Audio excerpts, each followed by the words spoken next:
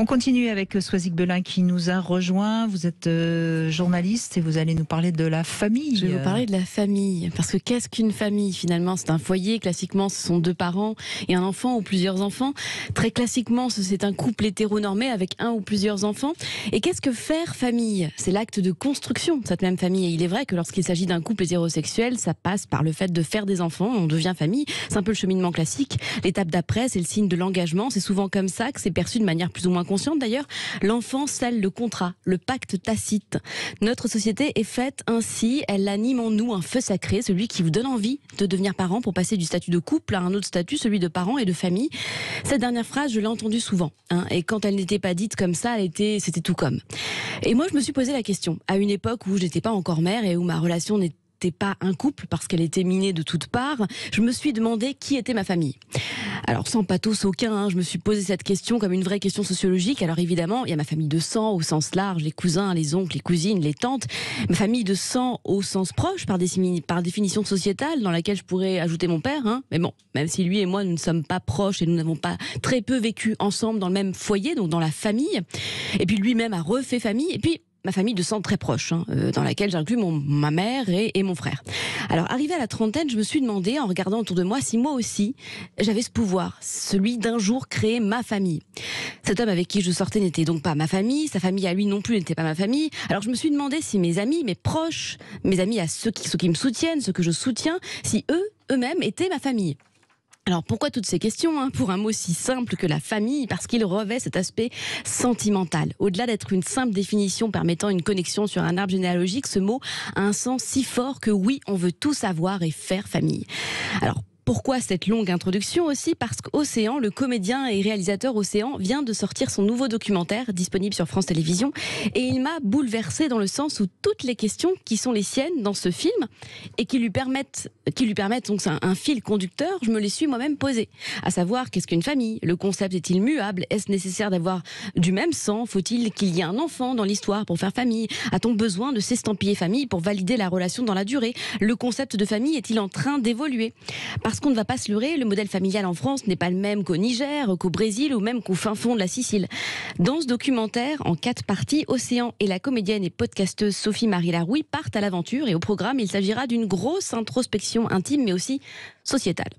Sophie-Marie Larouille a 38 ans, elle se retrouve célibataire, elle n'a jamais eu d'enfant avec ses compagnons. Une part d'elle leur en veut d'ailleurs de ne pas lui avoir fait d'enfant. Une autre se questionne sur son désir d'enfant. Est-ce que ça vient des tripes? Est-ce que c'est la solution pour combler un manque affectif, pour donner un sens à sa vie? Est-ce que c'est la solution sine qua non pour assurer la durée d'une relation?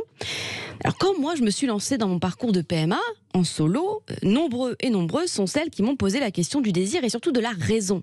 Le corps médical beaucoup moins que le tout un chacun. Pourquoi? Un enfant seul? Pourquoi ne pas construire une famille? Alors que c'était tout bonnement ce que j'étais en train de faire, construire ma famille. Certes inhabituelle, peut-être pas très grande, peut-être que pour correspondre à un modèle plus classique, il aurait fallu un homme ou une femme, mais un acte d'amour qui serait à l'initiative de cet enfant. Et je rassure tout le monde, de l'amour il y en a, de la réflexion sur le bien-être de l'enfant aussi, encore davantage que dans un couple hétéro-classique où la réflexion finalement est la plupart du temps limitée, puisque c'est la normalité de l'acte qui prime. Alors pourquoi notre société si ouverte, si évolutive, se complaît-elle toujours autant dans cette recherche de la norme? Au fil du reportage, Sophie-Marie Larouille et Océan interrogent des médecins en France, en Belgique, des familles différentes, en solo, comme la formidable Johanna Luisen que j'embrasse, des familles en trio, des familles composées d'amis ayant eu un enfant ensemble, la coparentalité, ayant fait le choix de distinguer amour et parentalité, des familles homosexuelles, des enfants adoptés et des enfants issus de PMA, ceux que l'on écoute peu et à qui on vole souvent la parole en y projetant des peurs. Alors pour ceux qui, pour se rassurer, ont besoin d'un schéma classique, je ne peux que vous conseiller ce documentaire qui vous fera voir tous les possibles autrement. Pour ceux qui se questionnent sur la famille, aussi, regardez ce documentaire. Et pour ceux qui ont besoin de se rassurer, de vivre dans un schéma différent, ce film est aussi fait pour vous. Ça s'appelle Faire famille, c'est une production Black Dynamite. C'est produit par Sarah Brucker avec Océan Michel et Sophie-Marie Larouille sur France Télévisions. Je vous le conseille. On a bien compris et on comprend aussi pourquoi vous nous le conseillez, Soisic Belin. Évidemment. Non, mais je crois que c'est vrai que le concept de la famille a énormément évolué depuis 50 ans. Ça, c'est clair. Après, la seule chose sur laquelle je reviendrai par rapport à ce que vous avez dit, après, bien sûr qu'aujourd'hui, chacun fait la famille comme, je ne vais pas dire comme il veut, mais comme il peut, ce qui n'est pas tout à fait la même chose. Effectivement. Mais je pense que le concept de la norme est quand même important dans une société quelle qu'elle soit. Et le jour où on va complètement détruire la norme, que ce soit la norme du couple, de la famille ou de je ne sais quoi d'autre, eh bien, on ne sera pas loin du chaos. Donc attention à ne pas trop vouloir absolument toujours déconstruire les normes, me semble-t-il. Oui, je crois que le débat est totalement biaisé aujourd'hui parce que nous sommes baignés dans une pseudo-culture d'évolution et etc. sur tous ces schémas-là. Je crois qu'il faudra laisser passer du temps, il y aura quelques dégâts, et etc. Il faut savoir si on parle de la famille dans ce qui est la représentation sociétale et médiatique, ou si on parle de la famille dans ce qu'elle est en résonance par rapport à soi. La famille, c'est le creuset des racines. Et donc à partir de là, c'est quelque chose qui est universel, archaïque et archétypique, et que toutes les théories, quelles qu'elles soient, qui sont des constructions du cortex humain, ne sont que des théories. Il suffit d'observer le règne de la vie dans d'autres dimensions que celui de l'humanité pour constater qu'il y a quelque chose de formidable dans la famille, parce que ça constitue un lien et qui est une zone en fait dans laquelle tout individu sait que quelque part, à un moment donné, quand il en aura le besoin, il pourra retourner, quelle que soit la forme ou la manière dont ça se passe. Et que c'est quelque chose qui est un petit peu différent de ce qui en est présenté aujourd'hui. Mais c'est vrai qu'il doit y avoir une vraie désespérance et une vraie déshérence. Donc ça peut être intéressant de regarder ce documentaire parce que beaucoup de gens ne savent plus. Beaucoup de gens ne savent plus. Beaucoup de gens croient qu'ils se construisent en rejetant la famille. D'autres croient qu'ils existent et qu'ils se construisent en se soumettant à la famille, et etc., etc. Mais tout ça n'est que la signature du fait qu'il y a une espèce de vacuité intérieure parce qu'on n'a pas appris à construire quelque chose à l'intérieur de soi et qu'on n'est que l'image de ce que les autres nous renvoient. Oui. Oui. Après, ce que je trouve intéressant, c'est la famille aussi, ce côté très affectif et sentimental. Et est-ce que justement on ne peut pas construire sa famille autrement que par des liens du sang qui nous sont imposés? Quand on parle du manque du père, c'est ce qui revient souvent dans les questionnements, notamment PMA en solo, etc., etc.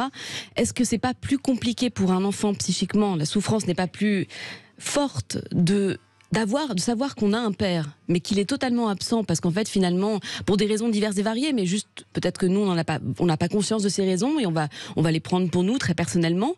Est-ce que c'est pas ça qui est plus douloureux que de se dire qu'en fait, il n'y a pas de père, mais il y a un géniteur, il y a quelqu'un qui a offert son sperme pour que cette femme puisse avoir un enfant? Ça n'existe pas, ça. C'est dans ce qui est le besoin profond d'un être, dans ce qui est la construction de l'être et de l'âme, ça n'a pas de sens. Dans les besoins les plus profonds de l'être, l'enfant qui naît et qui vient, il a besoin d'un certain nombre de critères et de repères en interne et dans ce que le monde extérieur lui renvoie. Si on oublie, si on laisse tomber le réel, on risque en effet de Bon, je vais prendre l'exemple symboliquement de l'arbre généalogique. C'est intéressant, hein, on parle de l'arbre généalogique. Bon, un arbre, si les racines ne sont pas ancrées, profondes, il va avoir énormément besoin de tuteurs pour arriver à tenir debout et à continuer à pousser et à grimper et à grandir. Donc, je crois quand même qu'il ne faut pas oublier que nos racines, puisque vous parliez des racines, hein, Michel Odoul, elles sont fondamentales pour la construction d'un être. C'est ce qui crée la stabilité et la durabilité. Alors c'est vrai que ce que vous évoquez est une souffrance qui existe, et qui est une souffrance véritable. On peut se dire qu'on va se constituer la famille dans des relations sentimentales ou affectives ou avec des amis, ou etc. Sauf que le jour où il y a un problème, ou etc., vers qui va-t-on se tourner? Ça sera la vraie question à se poser. Déjà, on va voir qu'une grande partie du paysage que nous avons construit va disparaître. La deuxième des choses concernant ça, et qui est une grande différence, c'est que quand vous êtes dans une famille où vous avez constitué des liens avec des gens, avec qui vous avez de la sympathie, de l'amitié, ou etc., c'est une espèce de famille, tout ça c'est très agréable. Qu'est-ce qui peut permettre de comprendre à ce moment-là que quand on a dans une famille biologique, en revanche, des liens ou des relations qui sont extrêmement difficiles, douloureux, conflictuels, avec quelqu'un qui est un des membres réel de cette famille-là, on continue malgré tout à chercher le lien et à vouloir le constituer, à vouloir le pacifier ou à vouloir le cicatriser. Parce que l'accroche, elle est ailleurs. Elle n'est pas dans ce qu'est la construction du conscient. Elle est dans des espèces d'innéités fondamentales dans lesquelles une partie de ce que nous sommes est là. Et c'est avec cette partie-là qui, si elle a été absente, si elle a été violente, si elle a été maltraitante, si elle a etc., on continue malgré tout à vouloir essayer d'aller arranger ou pacifier des choses. Parce que c'est viscéral. C'est quelque chose qui est viscéral. Et nos sociétés posent les questions, produisent les problèmes, fabriquent les situations qui gèrent ça, mais il faut poser les questions, parce qu'effectivement, cette souffrance, elle est réelle. Voilà, vaste débat sur la famille. Oui, oulala, on n'aura pas fini d'en parler, surtout dans cette émission, évidemment.